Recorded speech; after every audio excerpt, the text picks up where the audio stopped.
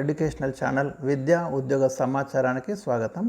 ఈ ఛానల్ ద్వారా మీకు ఉపయోగపడే చాలా ముఖ్యమైన ఇంపార్టెంట్ టాపిక్స్ని అయితే అందించడం జరుగుతుంది. ఛానల్ని తప్పకుండా సబ్స్క్రైబ్ చేసుకోండి. లేటెస్ట్ అప్డేట్స్ అన్ని కోర్సులకు సంబంధించి జాబ్స్కి సంబంధించి అయితే లేటెస్ట్ అప్డేట్స్ ఇస్తున్నాం.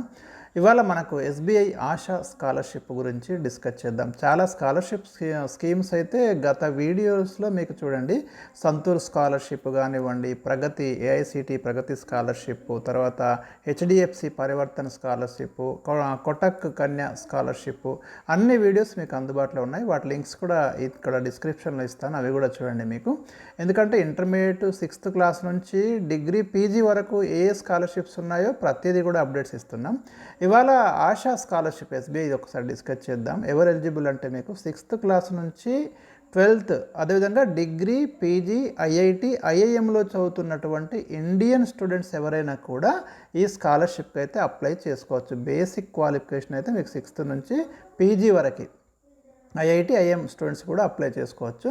కాకపోతే వీళ్ళకి లాస్ట్ ఇయర్ వచ్చేసి మీరు చూడండి, గత విద్యా సంవత్సరంలో కనీసం 75% మార్కులు అయితే సాధించి ఉండాలి అని చెప్తున్నారు.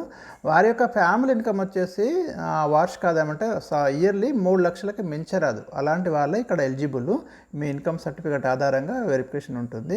ఇక్కడ 6th నుంచి 12th వారికి అయితే ఒకవేళ సెలెక్ట్ అయితే 15,000 రూపాయలు వారికి స్కాలర్షిప్ వస్తుంది. యూజీ విద్యార్థులకైతే 50,000 రూపాయలు ఇస్తారు. పీజీ విద్యార్థులకైతే 70,000 ఇస్తారు. ఐఐటి విద్యార్థులకైతే 2 లక్షలు ఇస్తారు.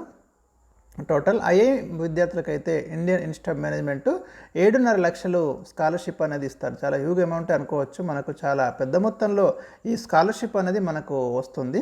అకాడమిక్ మెరిట్, ఆర్థిక పరిస్థితి ఆధారంగా వచ్చిన దరఖాస్తులను షార్ట్ లిస్ట్ చేయడం అనేది జరుగుతుంది. అకాడమిక్ మెరిట్, వారి యొక్క ఫ్యామిలీ యొక్క ఎకనామిక్ పొజిషన్ కూడా చూసి అభ్యర్థుల్ని ఎంపిక చేయడం అనేది జరుగుతుంది. లాస్ట్కి మనకి డాక్యుమెంట్ వెరిఫికేషన్ అనేది ఉంటుంది. ఇక్కడ మీరు చూడండి, ఆన్లైన్లో లాస్ట్ డేట్ వచ్చేసి October 1 అండి. మనకి October 1 అయితే చివరి తేదీగా ఉంది. ఎస్బీఐ మీకు ఇక్కడ వెబ్సైట్ అడ్రస్ అయితే మీరు ఇక్కడ చూడండి, sbiasha-scholarship.org.